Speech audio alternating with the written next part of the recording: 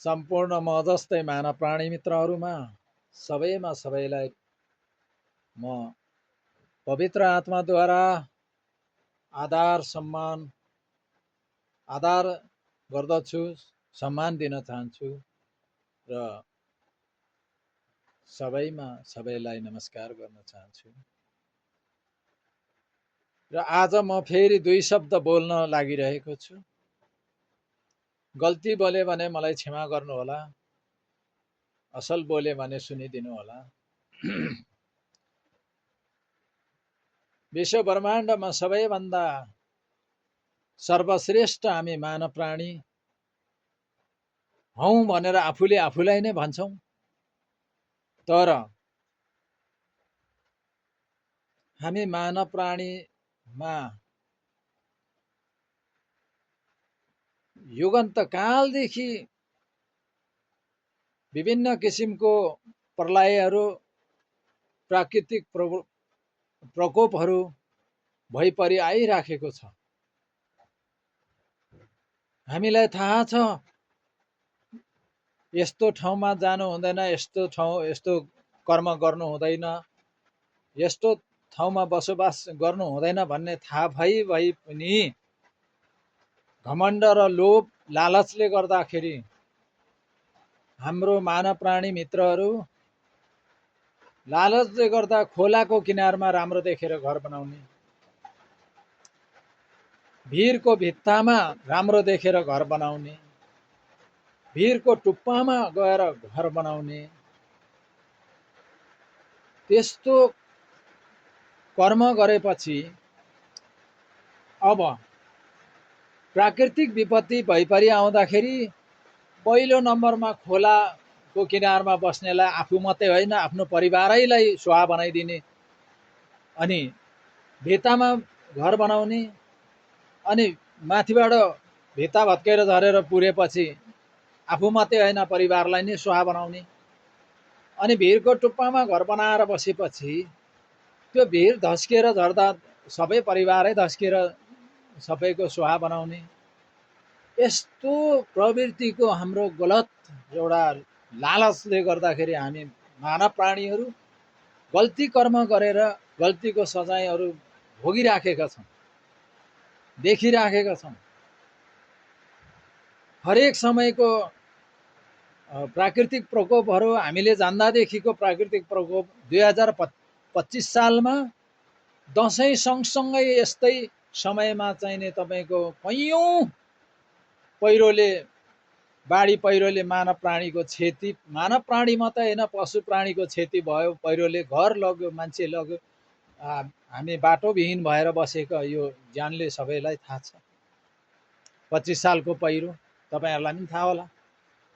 र 2072 सालमा के भयो यो कुरो तपाईँहरूलाई विदित छ, थाहा छ। अग्लो अग्लो घर बनाउने मान्छेहरूको घरहरूले पुरेर भूकम्पले, प्राकृतिक प्रकोप आएर चाहिँ भूकम्प चलेर चाहिँ तपाईँको चाहिँ कति कैयौँ मान्छेको घर, मानव प्राणी सबै क्षति पुग्यो, र पनि घर तला थोप्नु छोडिँदैन। कैयौँ मान्छेलाई खोलाले बगायो, खोलामा घर बनाउनु छोडिँदैन। अनि तपाईँ हामी मानव प्राणी सर्वश्रेष्ठ चेतनशील त होइन, हामी नै आफै लालचले घमण्डी भइन्छ। घमण्डी भएपछि आफू मात्रै मरिँदैन, सम्पूर्ण परिवारलाई नै सुहा बनाइन्छ। त्यसैले गर्दाखेरि आज यो दसैँ 2082 सालको असोज महिनाको यो दसैँको तपाईँ हाम्रो एउटा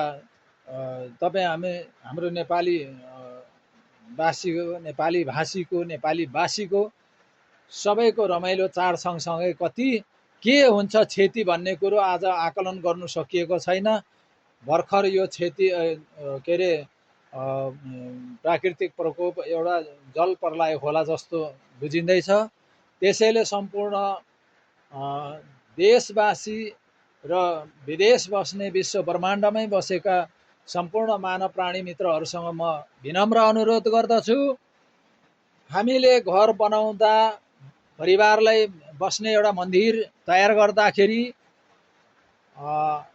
सामाजिक प्राणी हो हामी। समाजले हेरौँ कोरौँ, उपयुक्त ठाउँ सबैले हेरेर सबैको बसोबास त्यहाँ अबदेखि उता गर्ने गरौँ र तपाईँको सबै समाज बचौँ र आफ्नो परिवार पनि बचाउँ।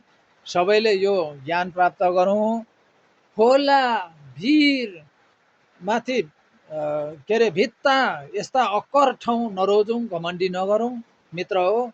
घमण्डी नै गर्नु नै अकाल मृत्यु हो। त्यो अकाल मृत्युसँग बाँच्नु र आफ्नो परिवार समाजलाई बचाउनु हो भने अब हामी एकदम सचेत भएर सोचेर सम्झेर विचारपूर्वक बस्ती बसालौँ। यो कर्म सुरु गरौँ। हाम्रो देश पहाड तराई हरेक कुना कन्दरा भिर खाड भएको देश हो। त्यसले गर्दाखेरि भिर पहरामा बस्ने मित्रहरू पनि अब अलिक के अरे दम्सैलो ठाउँमा, पहिरोले नलाने, खोलाले नबगाउने ठाउँ हेरेर समाज बसालौँ। सबै मानव प्राणी मात्रै होइन, सम्पूर्ण आफूले पालेको प्राणीहरूको पनि रक्षा गरौँ, आफू पनि रक्षा हौँ। सबैलाई म यो एउटा जनचेतनामूलक जस्तो सामान्य कुरा तपाईँहरूसँग दर्शाएको छु। गल्ती बोले भने मलाई माफी दिनुहोला, क्षमा गर्नुहोला। तपाईँ सम्पूर्ण विश्व ब्रह्माण्डैभरि रहेका सम्पूर्ण मानव प्राणी मित्र, मेरो साथीहरू सबैमा म पवित्र आत्माद्वारा तपाईँहरूलाई आदर गर्दछु र सम्मान दिन चाहन्छु। सबैलाई प्राकृतिक र परमात्माले हामीलाई रक्षा गरून्। सम्पूर्ण प्राणी र मानव प्राणी जगतको आपद विपद सङ्कट नपरोस् भन्ने सबैको भलो, आफ्नो पनि भलो, सबैको भलो सम्झिँदै तपाईँहरू सबैबाट म 2 शब्द राखेर बिदा चाहन्छु। नमस्कार, सेवारो।